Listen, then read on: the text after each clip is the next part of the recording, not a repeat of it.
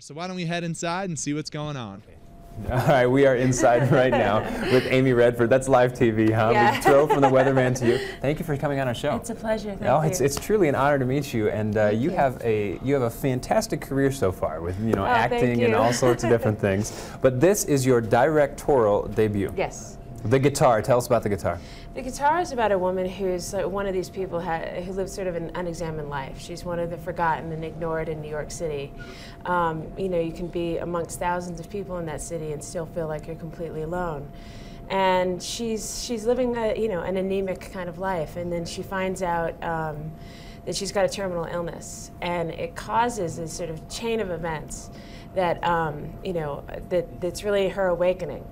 And one of those things, besides renting this palatial loft and maxing out her credit cards, and is an unrequited love affair she has with a 1963 Fender Stratocaster guitar, which we're seeing right now behind us. Yes, that's the guitar.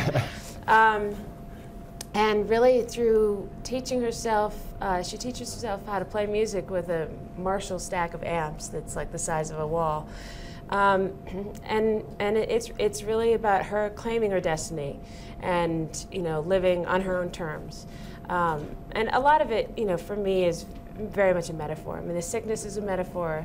It could be somebody that's isn't terminally ill, but maybe has hit a block in their life, and we very often get defined without our consent, and there's a moment when you have to sort of look at yourself in the mirror and say, am I the person that I was meant to be? And that's what the movie is really about. A little introspection as well. Now, you say unrequited love affair, though, with a... Yes, she loved the guitar never loved her back. But have you played a Stratocaster? They always love you back. I know. Well, she didn't get access to it. She was denied. I see, She was denied but, since she was a child. Are we requited? Yes, we're requited. Okay, yeah, good. and actually the actress, Saffron, she really taught herself how to play guitar. And now she doesn't go anywhere without it. Okay. And you were talking, look, we got a shot of that going on right now, too. Yeah. But you're talking about Saffron Burrows, who is a fantastic actress in her own right. And I'm sure as a director, in your first feature-length full film, what did it feel like to get a big-name A-lister like this in your lead role? Well, the most important thing, especially in independent film, is to find somebody that's right for the role and understands it, internally. And she's a beautiful woman, and the character description is Melody Wilder, mouse burger supreme. And so I said to Saffron, you are many things, a mouse burger. I don't know if you are. I said, tell me what else I should watch of yours that should let me know you should do this part. And she said, nothing. That's why I want to do the part.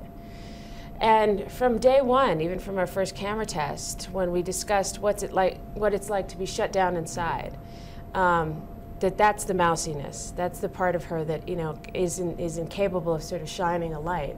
And she really understood that. And she was an amazing actress to work with, just a lovely, generous person. So I lucked out.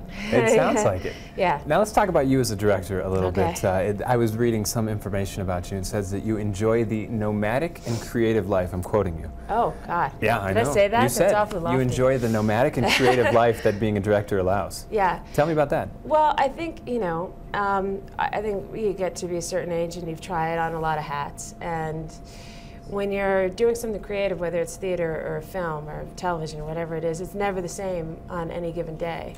And you have to sort of improvise in every situation.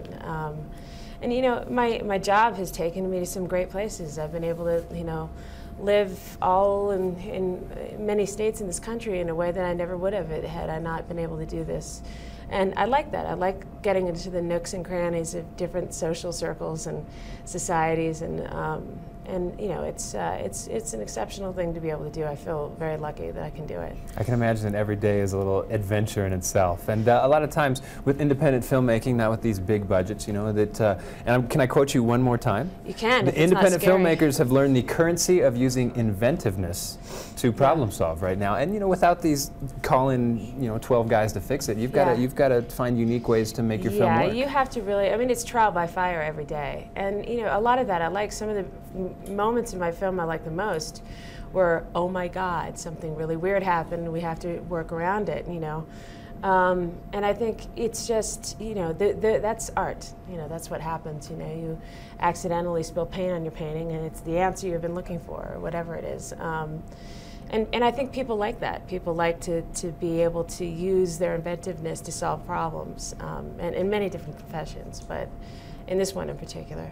Now, of course, we wanted to stay on you and chat about you, but it's kind of hard to not mention your father when it comes to talking about directing. How much of your filmmaking comes from your father, Robert Redford? I think most of what I've learned is that he leads by example, and I've been able to watch him and how he conducts himself as a man and as a filmmaker. And that's where I've learned the most, instead of him sort of telling me how to do something. I'm fairly independent, kind of stubborn kind of gal. So I have, you know, a lot of it I've done on my own. But, you know, it's being able to see how he approaches material and actors, and really how he respects the people around him and the cast and crew. And that's been something that I've taken to heart, and I've been, you know, trying to aspire towards in my life, you know. One of the things your father is known for is to both approach his films with dignity and compassion, but you're talking about the entire, you know, the story, the cast, and the crew as well. I can imagine that you don't often think of that as a director. Well, I think it's all part and parcel of the same thing. You might not know it when you're watching a film, but you're receiving all of that information. You can see when an actor is uncomfortable or when they're not, you know, when they're comfortable. And I think, you know, it's a collaborative art. And, you know, you're spending your whole life around these people, and it's important to recognize their contribution. It just makes life better. It makes film better, and it makes life better. And it's fun. It's much more fun. You know, I had a couple of moments on in my film where we got into a schedule crisis or something happened. And the next thing I know, I turn around, my makeup artist is down on the floor with my schedule, sort of helping me figure it out. And, you know, that made me feel great. So that's, you know, for me, it's important. That's what I've learned so far. Well, it seems like you're taking these lessons to heart. We're really excited about the show. It's going to be 4:45 at the Arabelle Theater. Yes, on Saturday. That's tomorrow, Saturday, yeah, and then 12:50 on Sunday. Yes, I'll be at the Q&A tomorrow. Okay. I'll introduce the film, and I'll be at the Q&A. And I have to ask you, too, how's the altitude treating you? Because you're going to have a baby girl. I'm going to have a baby girl, yeah.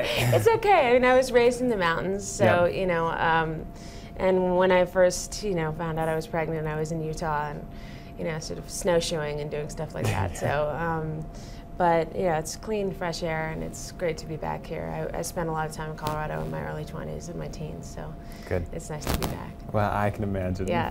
Well, I'm very excited about the film. It's the guitar. Like we said before, we're going to be playing at 4:45 in Arabelle with a Q&A at that theater, and then at 12:50 on Sunday, 4:45 on Saturday. Yes. Amy Redford in her directing debut. Nice to have you. We're really excited to see what's going to come from you in the future. Thank you. All right. Well, we're going to be back with more great Plum TV right after this.